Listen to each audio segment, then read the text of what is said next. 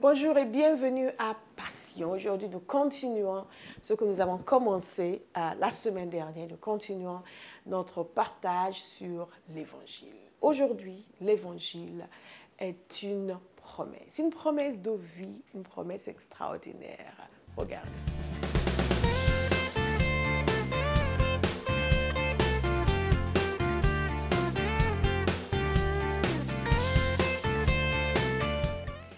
Aujourd'hui, j'étais en voiture et j'allais à Paris et j'ai mis la radio comme parfois je fais quand je suis dans ma voiture et j'ai écouté les informations. Et comme vous devez avoir constaté vous-même, souvent lorsque vous écoutez les informations, vous avez une succession de mauvaises nouvelles. Une succession d'informations sur l'activité du mal dans le monde. Telle personne qui aurait tué tel nombre de personnes, telle armée qui se serait déchaînée contre sa population, telle situation totalement compliquée, personne ne sait comment résoudre les difficultés provoquées par la méchanceté humaine. À longueur de journée, nous sommes confrontés à la réalité du mal, à la réalité de la méchanceté humaine.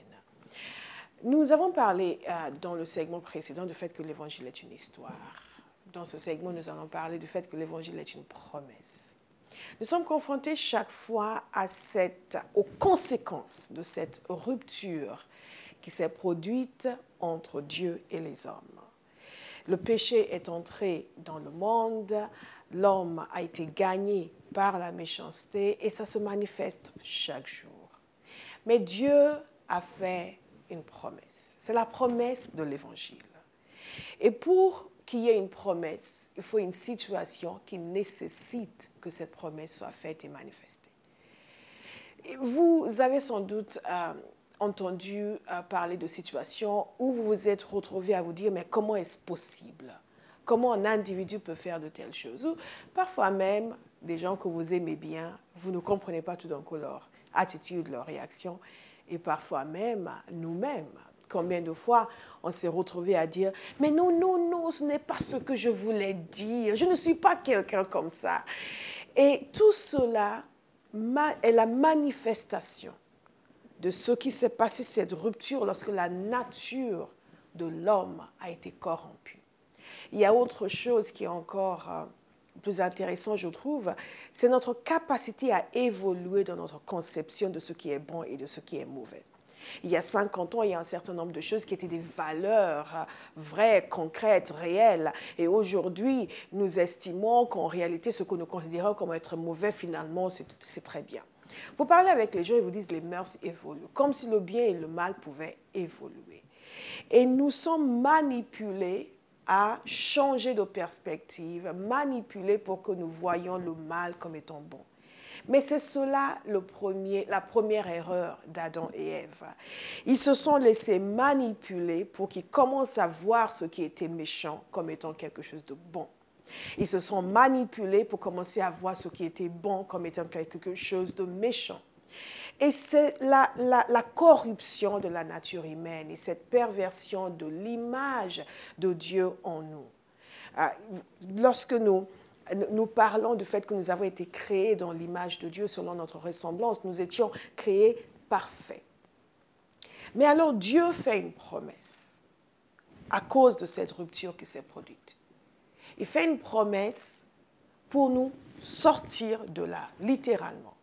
Les personnes les plus incroyantes au monde vont reconnaître que le mal existe, mais ne savent pas d'où il vient ou comment régler ce problème. Jésus est venu pour régler ce problème.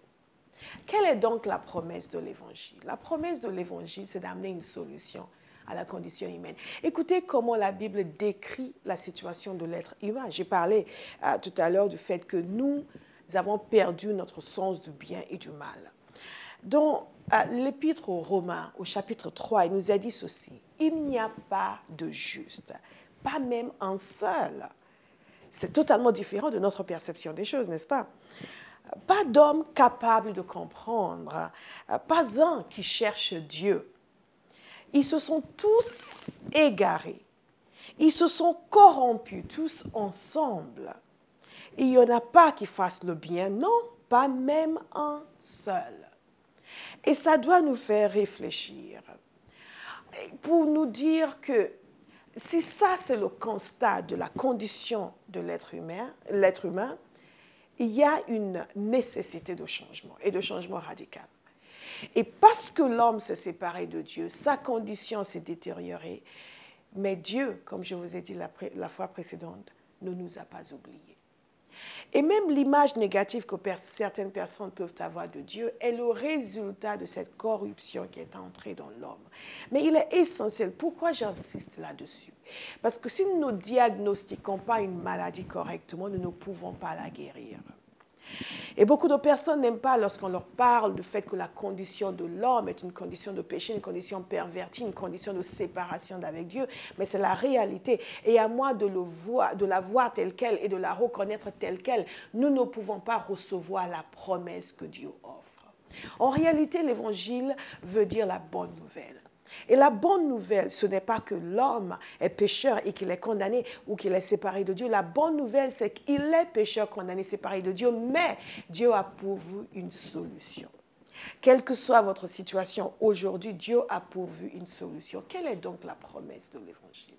Quelle est donc la promesse de cette vie que Dieu offre? La première chose que je vous dirais, c'est que la promesse de l'Évangile, c'est la promesse de nouveauté. Une nouvelle vie, une nouvelle naissance et une nouvelle alliance. Une nouvelle vie. La Bible nous dit que si quelqu'un est en Christ, c'est une nouvelle créature. Les choses anciennes sont passées. Voici, toutes choses sont devenues nouvelles.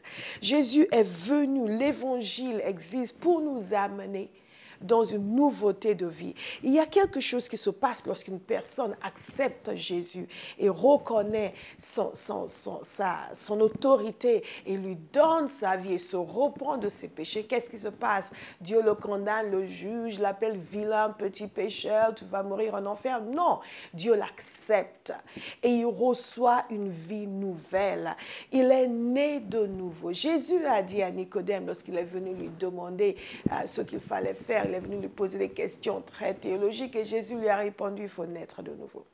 Il y a une naissance naturelle et il y a une naissance spirituelle. Rappelez-vous, nous avons dit que l'homme est mort spirituellement après la chute, lorsqu'il a désobéi à Dieu. Ce que Dieu fait dans cette promesse de l'Évangile, c'est inverser cette situation. Donner la vie. Notre homme intérieur, le vrai vous, votre esprit, revient à la vie et est de nouveau connecté avec Dieu. C'est une réalité spirituelle. Ce n'est pas simplement que vous devenez plus beau. C'est sûr que vous deviendrez plus beau si vous êtes plus heureux et plus épanoui. Mais ce n'est pas de cela qu'il s'agit. Il s'agit d'une naissance spirituelle. Quelque chose se passe dans l'esprit. La Bible nous parle du fait que nous passons de la mort à la vie. Il y a une mort spirituelle en dehors de Jésus. Il y a une vie spirituelle qui est donnée au moment où l'on donne sa vie à Jésus. C'est la promesse de l'Évangile. Une nouvelle vie, une nouvelle naissance et une nouvelle alliance. Dieu a toujours traité avec l'homme en faisant des alliances. C'est comme s'il signait un accord avec nous. Et il signe cet accord, et cet accord, c'est un accord d'amour sur la base de la raison initiale pour laquelle il nous a créés. Rappelez-vous, nous avons parlé du fait que l'histoire de l'Évangile est une histoire d'amour, une histoire de passion, une histoire d'engagement, une histoire de générosité et de bonté infinie et indescriptible. Eh bien, Dieu renouvelle cette alliance avec nous. D'ailleurs, il y a un passage que j'aime beaucoup, il est dit que Jésus est le médiateur d'une nouvelle alliance. Il y a comme un nouveau modus operandi, une nouvelle façon de fonctionner, un nouveau cadre, un nouveau contexte qui maintenant régit les relations entre l'homme et Dieu. Et dans ce nouveau contexte, il y a un certain nombre de choses que nous observons. Une des premières choses que je vais vous dire, c'est que dans ce nouveau contexte, dans cette nouvelle alliance, dans ce nouvel accord, dans cette nouvelle relation, dans cette nouvelle vie, dans cette nouvelle naissance que nous expérimentons lorsque nous venons à Jésus, il y a tout d'abord le pardon. Et ça, c'est un mot très important. Dieu pardonne. Il pardonne totalement et complètement. Et dans l'économie de Dieu, il n'y a pas de mémoire de péché. C'est ça qui est extraordinaire. Le seul qui a le droit de nous en vouloir pour toujours décide d'effacer l'ardoise. Le pardon. Beaucoup de personnes, et je dis cela souvent, si vous regardez régulièrement cette émission, vous avez déjà dû m'entendre le dire, beaucoup de personnes s'éloignent de Dieu, s'éloignent de l'Église en pensant que l'Église les culpabilise et Dieu les culpabilise. C'est tout le contraire. Jésus a dit, lorsque l'on était venu lui poser des questions théologiques, Jésus a dit qu'il n'était pas venu pour condamner le monde, que le monde était déjà condamné. Lui est venu pour sauver. Le constat est là. Nous avons vu quel diagnostic apporter dans la situation actuelle, quelle est la condition de l'homme. Mais Dieu propose une solution, Dieu offre des promesses, Dieu propose de régler le problème. Et il l'a fait lui-même en la personne de Jésus. C'est ça qui est extraordinaire. Et il pardonne. Le pardon est un des éléments essentiels de ce nouveau contexte dans lequel nos relations avec Dieu fonctionnent. En pardon absolu. Il éloigne nos péchés de nous. Aussi éloigné qu'est l'Occident de l'Orient. Vous voyez un peu l'image que la Bible nous donne, pour que nous comprenions que c'est un éloignement total, un éloignement absolu, un éloignement parfait. Dieu ne culpabilise pas, il pardonne. Autre élément qui est intéressant dans ce nouveau contexte qui régit nos relations avec Dieu, c'est la réconciliation. Et la réconciliation est un très joli mot.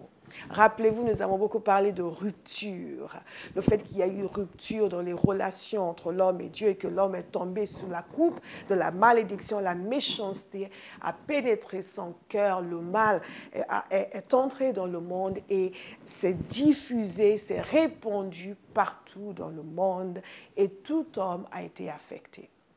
Cette séparation donc est une réalité.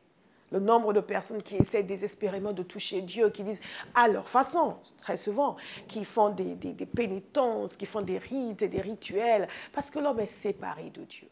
Mais Jésus apporte cette solution qu'est la réconciliation. Il y a un passage dans l'épître aux Corinthiens, le deuxième épître aux Corinthiens au chapitre 5, qui nous dit ceci. Ainsi, celui qui est uni au Christ, non, ce n'est pas l'épître aux Corinthiens, mais nous allons vous mettre la bonne référence à l'écran. Celui qui est uni au Christ est une nouvelle créature. Ce qui est ancien a disparu.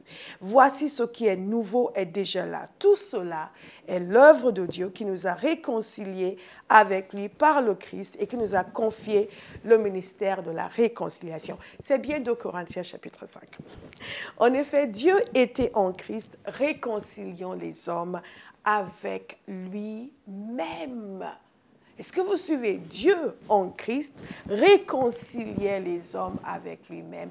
Est-ce que vous avez envie d'être réconcilié avec Dieu? Moi, je ne comprenais pas tous les tenants et les aboutissants de l'Évangile lorsque je suis venue à Christ. Je suis venue parce que j'étais absolument convaincue de la véracité de la proposition de l'Évangile. J'étais convaincue que Jésus était tel qu'il se disait être. Absolument convaincue, mais convaincue. Tout le reste, je n'étais pas sûre, mais j'étais convaincue de la personne de Jésus. Et restez avec nous parce que dans le segment suivant, nous allons justement parler du fait que l'Évangile est une personne. Qui est donc cette personne?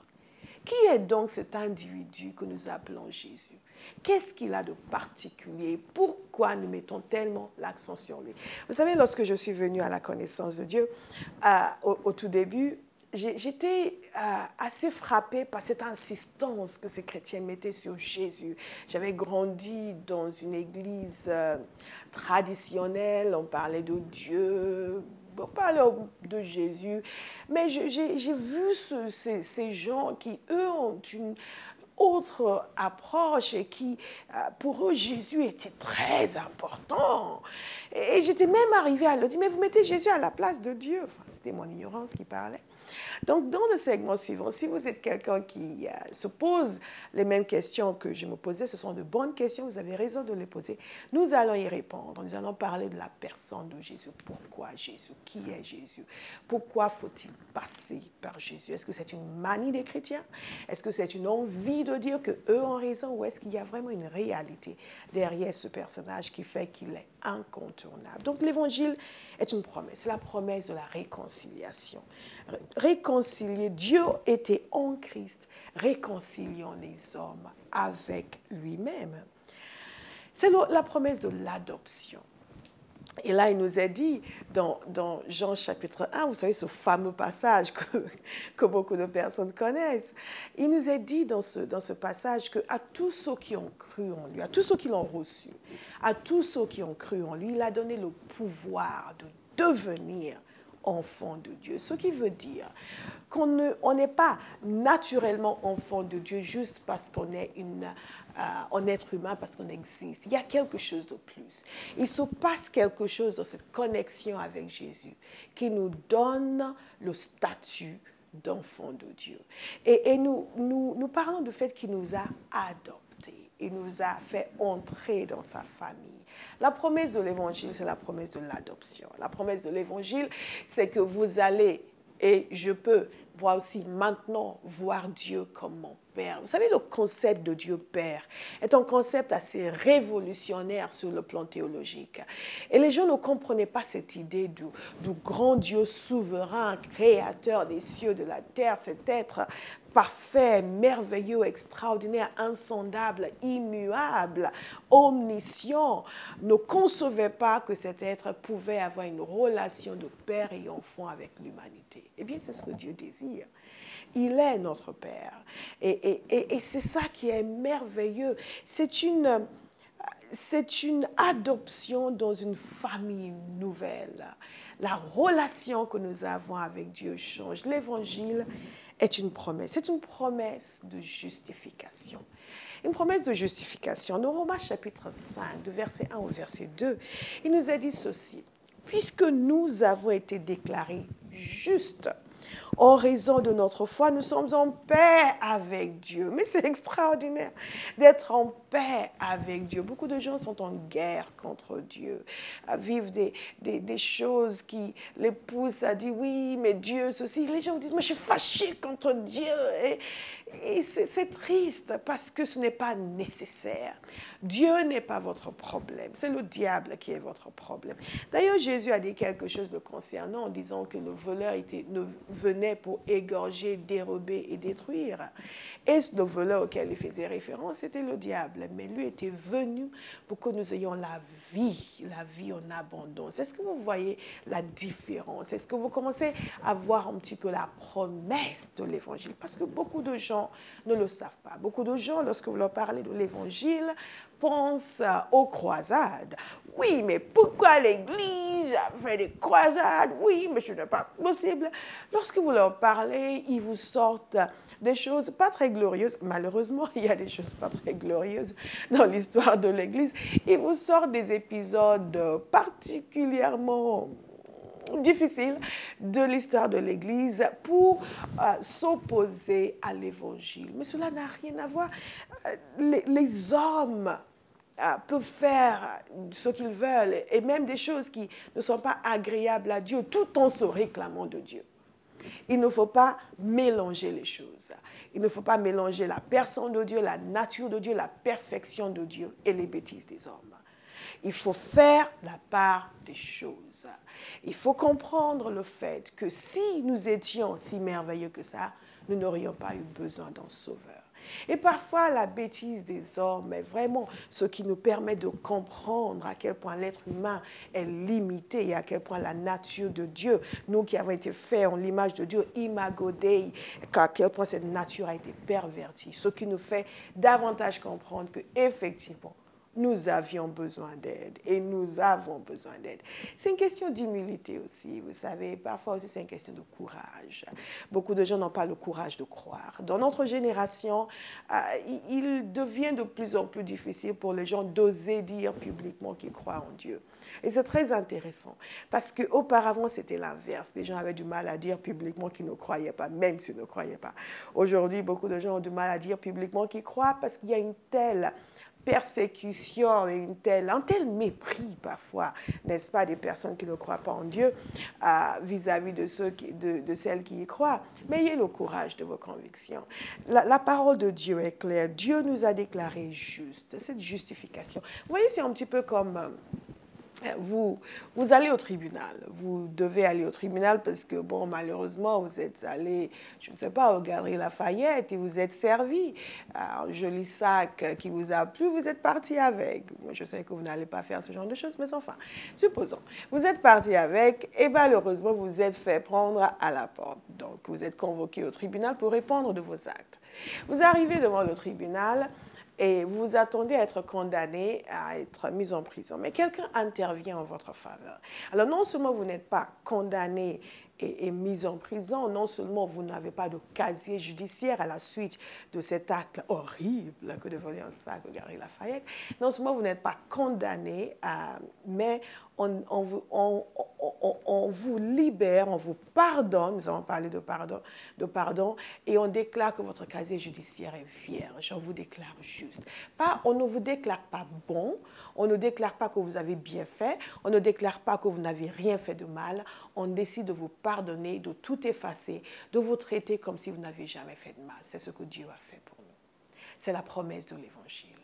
Donc vous voyez la différence entre l'image que les gens peuvent avoir de Dieu ou même de ce qu'ils appellent la religion, l'idée de la culpabilité. Non, c'est tout à fait le contraire. Dieu pardonne et décide de ne plus se souvenir de nos péchés. C'est extraordinaire.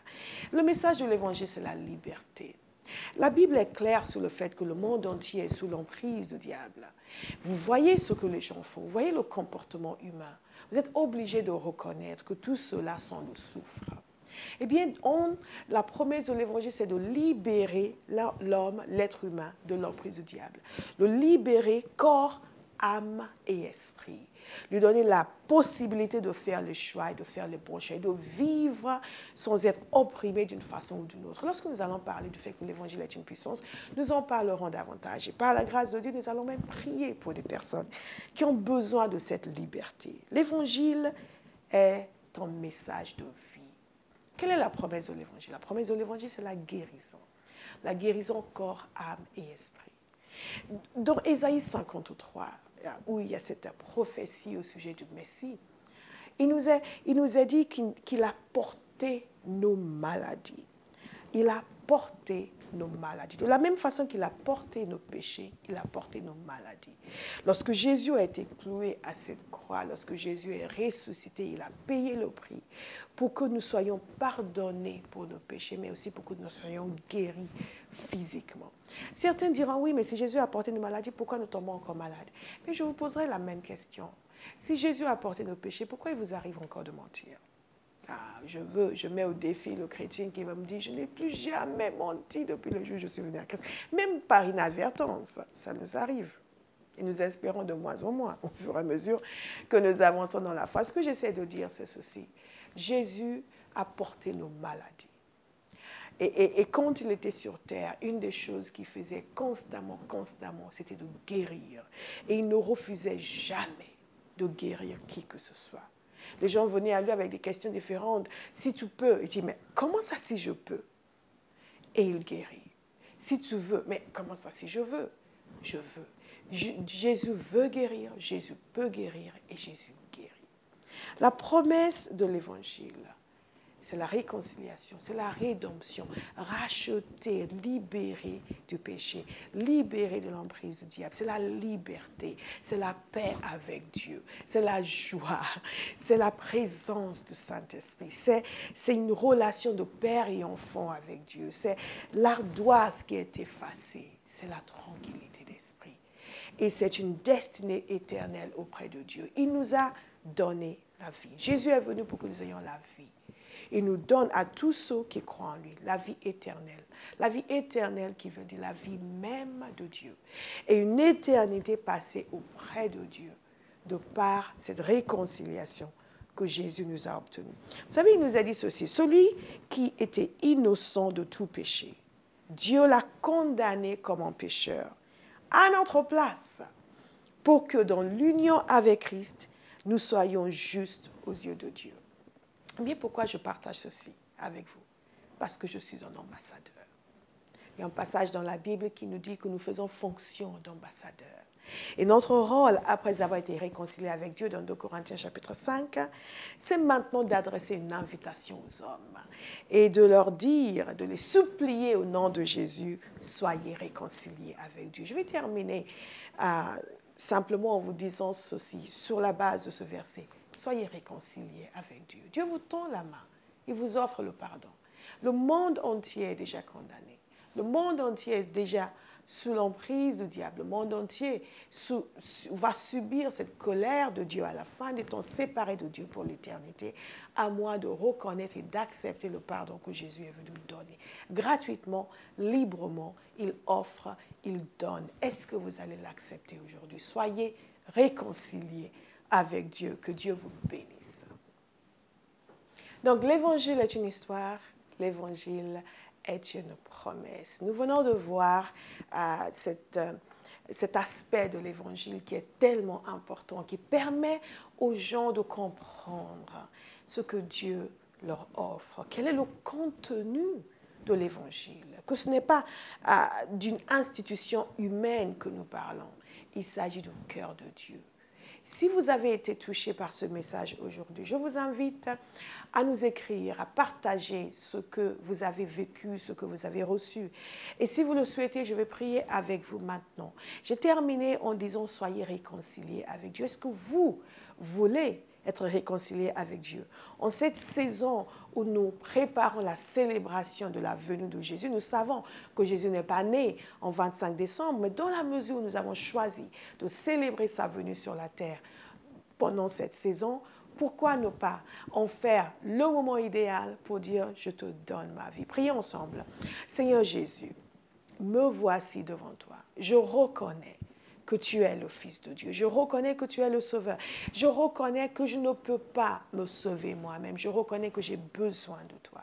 Et je te donne mon cœur, je te donne ma vie, Père Céleste, je viens à toi, je donne tout ce que je suis. Je te demande de me pardonner mes péchés. Merci de m'avoir donné ton Fils pour prendre ma place, prendre ma punition, payer pour mes péchés et pour que je puisse recevoir cette promesse de l'Évangile, la réconciliation, l'adoption, la justification. Merci Père, je veux être réconcilié avec toi et je te donne tout dans le nom puissant de Jésus. Amen. Que Dieu vous bénisse. Allez sur notre site, il y a beaucoup d'éléments qui vont encourager votre foi et écrivez-nous. À la semaine prochaine.